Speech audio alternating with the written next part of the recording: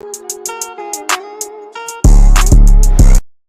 hello, hello. Welcome to another episode of Ball Over Passion. We got the preview of Leeds today for you.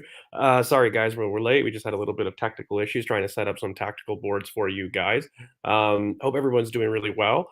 We're going to keep it short and sweet so you guys can catch the games. But how's everyone doing? I hope everyone's doing well. Curran, mate, how you doing? You good? All good, all good. Looking forward to tomorrow's game. Trying to get through today's games. They're a bit boring, but Yeah. I don't know if you caught that the Bournemouth game. That was actually quite a nice game. That for 3 o'clock. A lot of No, goals, some nice play up front. But yeah, more or less talk about Leeds. Forget about today. Yeah, no, absolutely. And like, well, really quickly on Bournemouth, like what after us and Liverpool, and the change with Scott Parker, who I thought was just an incredible coach. God, who's the coach that's stepping in now? It's going to drive me nuts, but I won't hang up on it. He's done phenomenal. I think he deserves the job, long You mean term. Gary O'Neill? Yes, Gary O'Neill, thank you.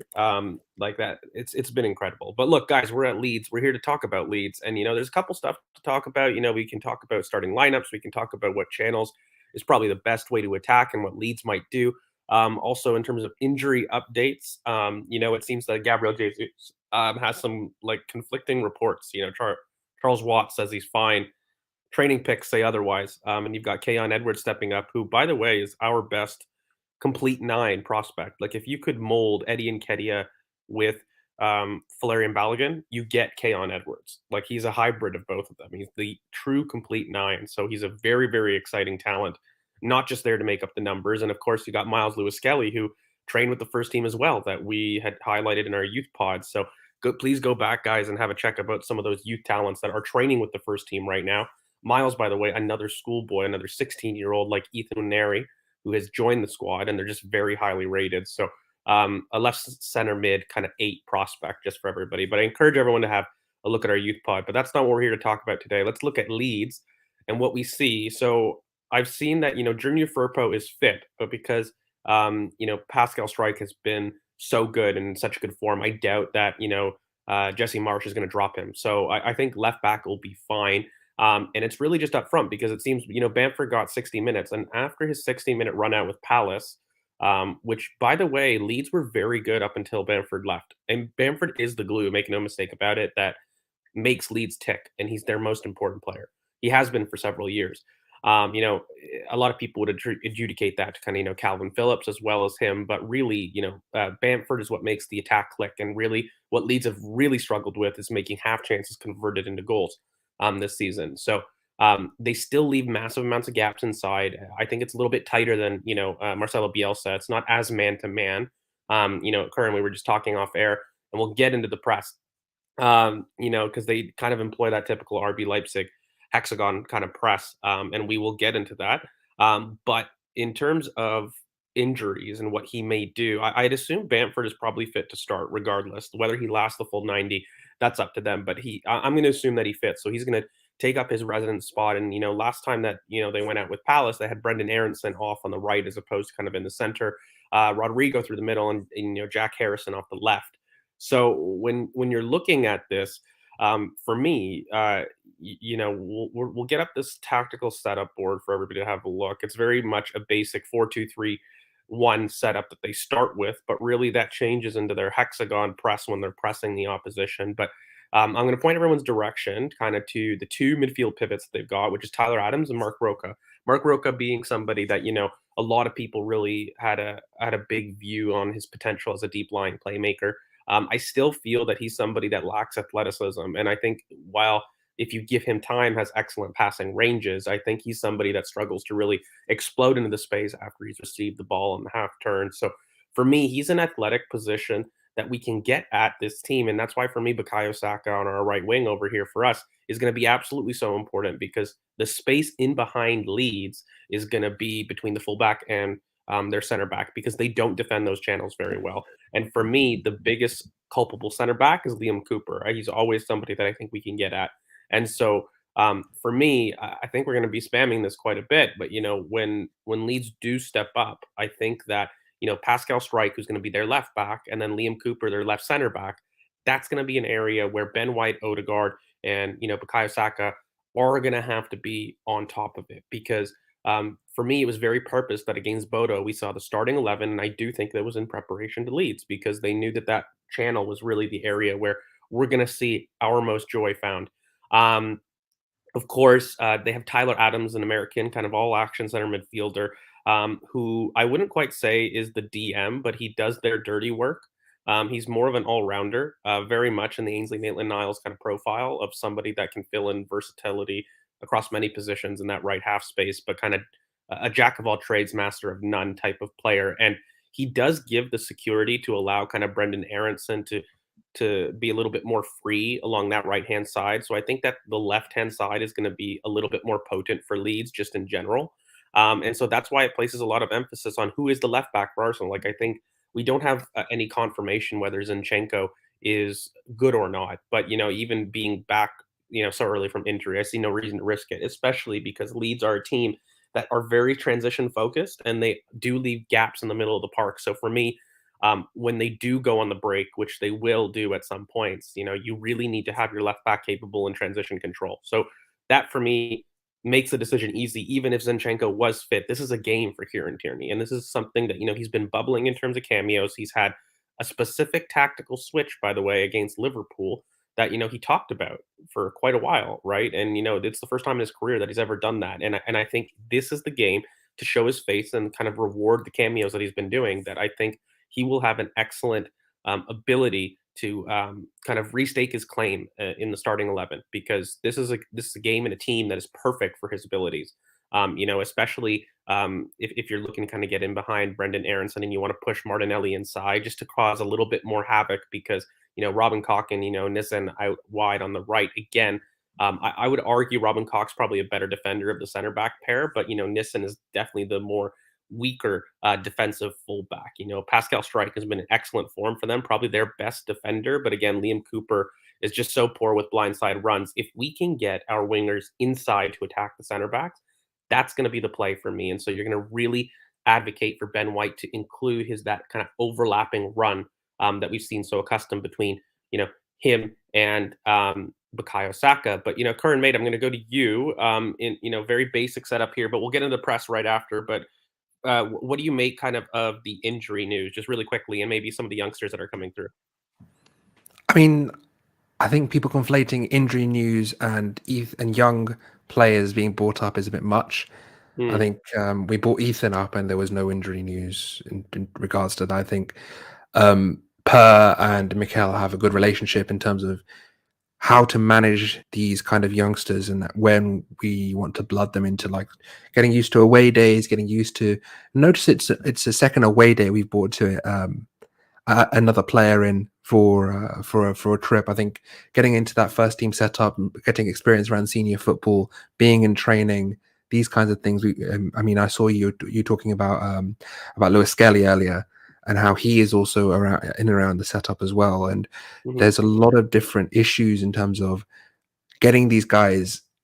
I mean, as at that age specifically, I don't know what the age group of the people watching is, but at that age you're very impressionable. You want to make sure that you put the right foot forward and get the experience that you need to get. So for me it doesn't mean that Jesus is out just because there's because Kaon is around. If he isn't there, I mean fine, that we can deal with that. We have Eddie, and if needed Kaon, I mean we also have other options to bring in as at a striker role. But it's not going to do him any harm to be in and around the setup. So no Well, issues with bringing here, can I Kaon can I on. ask you a question instead of just going Mhm. because I agree with you in terms of the youth prospect side. Look, Mikel being blooding in youngsters used to be kind of one of his major criticisms going up. But a lot of times managers do this just to get involved. Like when you're such a promising schoolboy and you're getting, by the way, when you're a schoolboy, I don't know if people know, being 16 years of age, they don't have a pro contract. They're still on scholarship. Both of these boys, Ethan Maneri and Miles Lewis Skelly, no matter how rated, they just can't through pure rules that you can't sign them up quite yet. So, having them join the first team training gives them the confidence that there's a pathway and they can see an avenue into the first team. And that really is the most important part. And it's not disingenuous. It's genuine. No, and the other thing is, George. Sorry, the other thing is when you look at the setup at the moment. You were mentioning about how it was a criticism in the past of Mikel not being able to bring players in, but let's have a think about it and let's think about this holistically. Would you have wanted Mikel to bring in youngsters into the 2019 dressing room, the 2020 dressing room? I personally wouldn't. I think Bukayo was necessary. Like, it was a necessary evil. We had to put Bukayo in. We Mm, had to put Emil in. Like, these aren't sort of like optimized circumstances to be blooding in youngsters. These aren't Phil Foden circumstances. This was emergency blooding in, and these players had to succeed. When you're looking at an Ethan or a Mars Lewis Kelly or a Keon Edwards, these guys are coming into a setup with players that have been there, done that, making sure that they're. You look at players like Bakayo, you look at players like Eddie coming through Hale End, doing and looking up to them and looking into that experience. It's a different set of players. And Mikel mentioned this is the most enjoyable less dressing room he's been in. I don't know if that he specifically meant Arsenal, but or his entire career. I don't know what the distinguishing point was there. But the issue is, when do you bring in these youngsters, and what environment are you bringing them into? If you're bringing them into an environment that isn't conducive for them to learn and progress as players, then what are you doing? It doesn't really make any sense. well, I've So always say that you arrive once as a player, and I really mean yeah, it in terms of the William Saliba attitude, but that goes across for all youngsters. So you need to have an environment that can support youngsters coming into the first team and being able to blood them properly. I mean, famously, Arsene Wenger used to play youngsters in a team of experienced pros for very good reason to guide them through the game, and that's just part of the development. But look, it's not so much the youth prospects as I doubt that they end up getting time, but I did want to go across this point with Lucas where I don't believe that Jesus is out. I've always said, I think he's fit, but let's go with that because that's more fun to discuss tactically. But Eddie Nketiah deserves his chance far and away, and I completely agree with Lucas here in terms of the lack of depth in terms of a narrative, just in general. Because when you do have a look at it, El Neni's injury, which is very much a fluke because he's not somebody that's been injured quite a while in his career, but um, you know, that injury has really kind of rocked the decision making in the squad, and that can happen. Like, let's say, for example, that you make a signing for a depth position and they get injured early on in the season. Does that mean that you didn't adequately prepare the squad because you don't have a youth prospect coming up for it? No, it just means that they got injured, and so of course, Emil Smith Rowe also out with very much maturation growth issues, not an injury. It's very much a growth phase. But again, like those two players out, they add to your depth massively. You're talking about Emil Smith Rowe, by the way, our highest goal scorer for 8 months of last season, has yet to impact this squad in the playing season generally, right? Like that's incredible to me, especially when you have a look at what he did for us since Boxing Day of 2020. He is a crucial part of this squad. So just in general, though, like if Eddie Nketiah had to basically come in. I don't see that as actually something that's horrible. In fact, look, Gabriel Jesus is one of our top attackers, so you never don't want him in the squad. But profile wise, you look at Eddie in terms of what could happen with this kind of lead setup in terms of the spaces that they leave in the middle of the park, and having a reliable option that can drop from the front line to help in midfield when there's going to be spaces could actually facilitate us to really push the wingers inside and play those out to in runs really, really I well. So mean, just let's talk about the press. Let's talk about what they're doing, yeah, because yeah, yeah. I think it's a perfect segue, because Eddie dropping in to create those overloads in midfield where they have basically. I mean, we can get up. I made this literally 5 minutes ago. Mm, Um, Eddie dropping in to create that basically a 4v4 battle in midfield, and having basically Bukayo and Martinelli running in behind. But you see in the middle there, they have so much space in centrally that basically the changes you make in terms of having Eddie move back, or having your a Xhaka or an Erdegaard move a bit more central, it gives you the ability to really get the um, progression through the middle. And mm, Thomas will be essential there. There'll be spaces in between.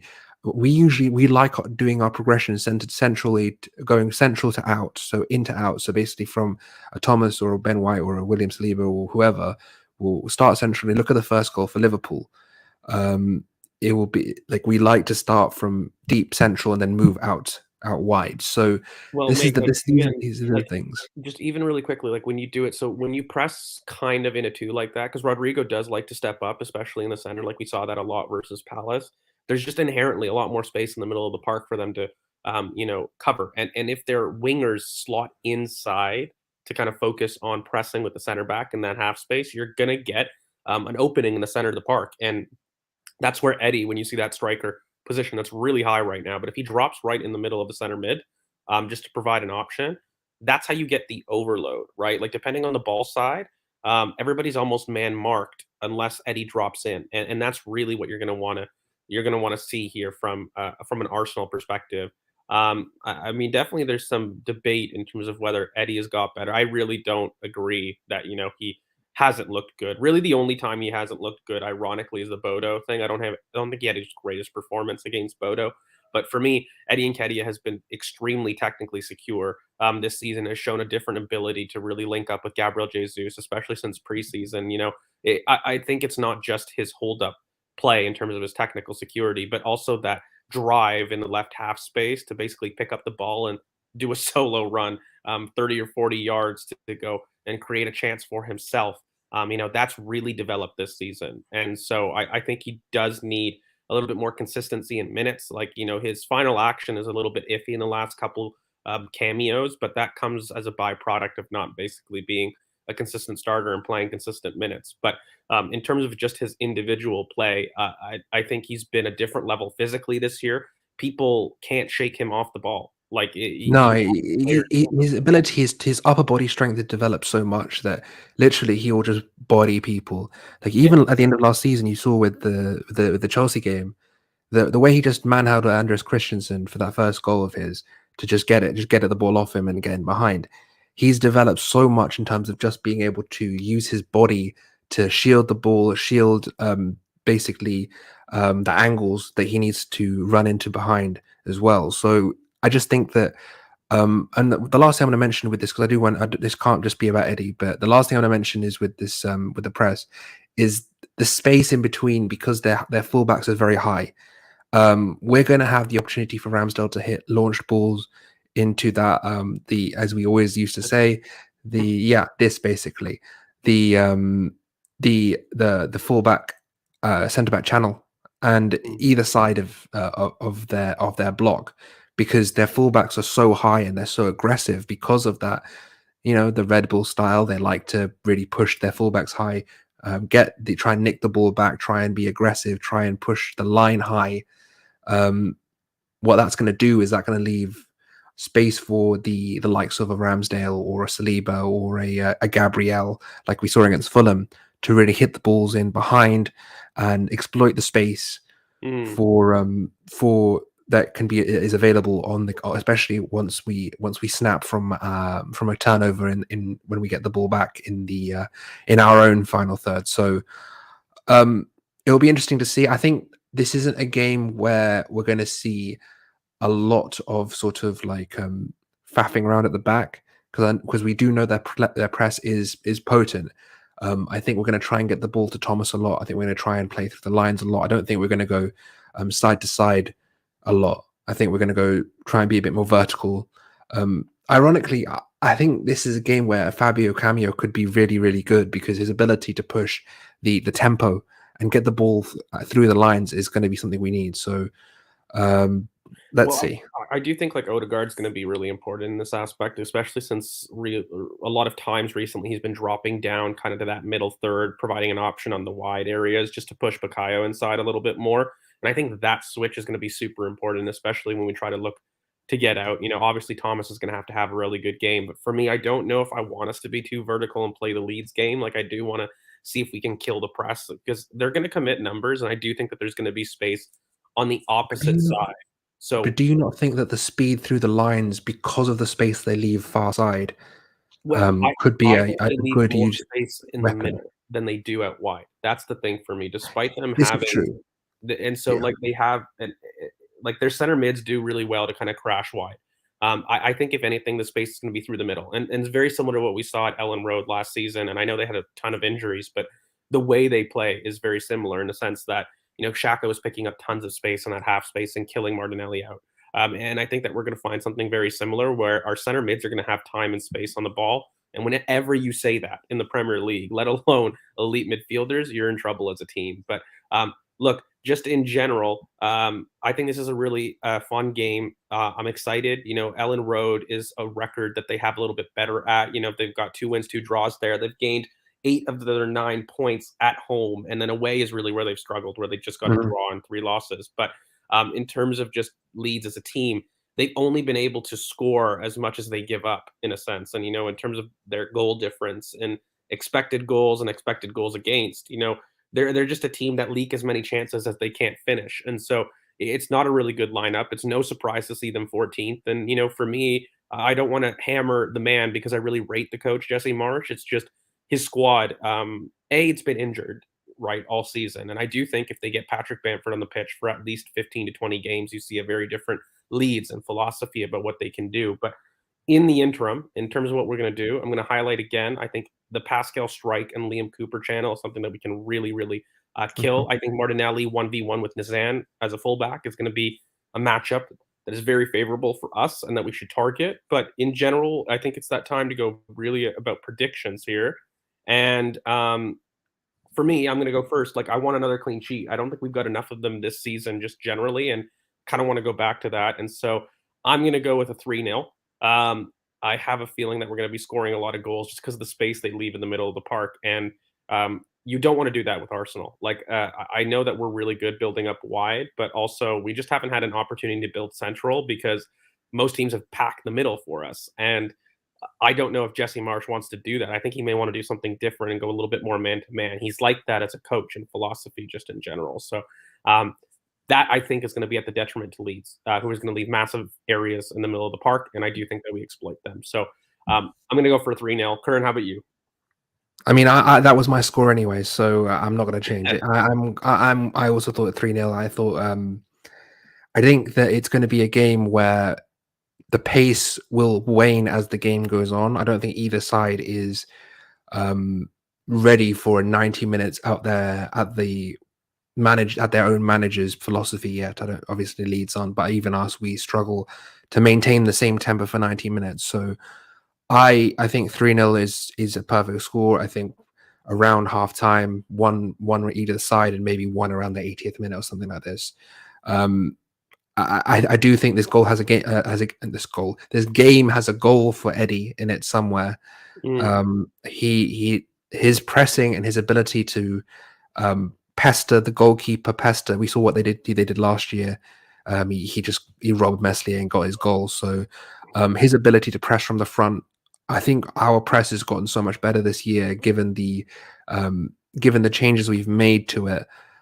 So I do think there's the ability to really, and there's no Calvin Phillips to them anymore. They don't have that sort of, no, Odegaard um, can sit on Mark Roca, their major yeah, pressure, and not worry about an athletic difference. And you make a good point no. there. And I think we talked about Leeds Literally, what on the I was going to say, I was basically going to say is that we don't have that physicality mismatch mm, in the 2-1.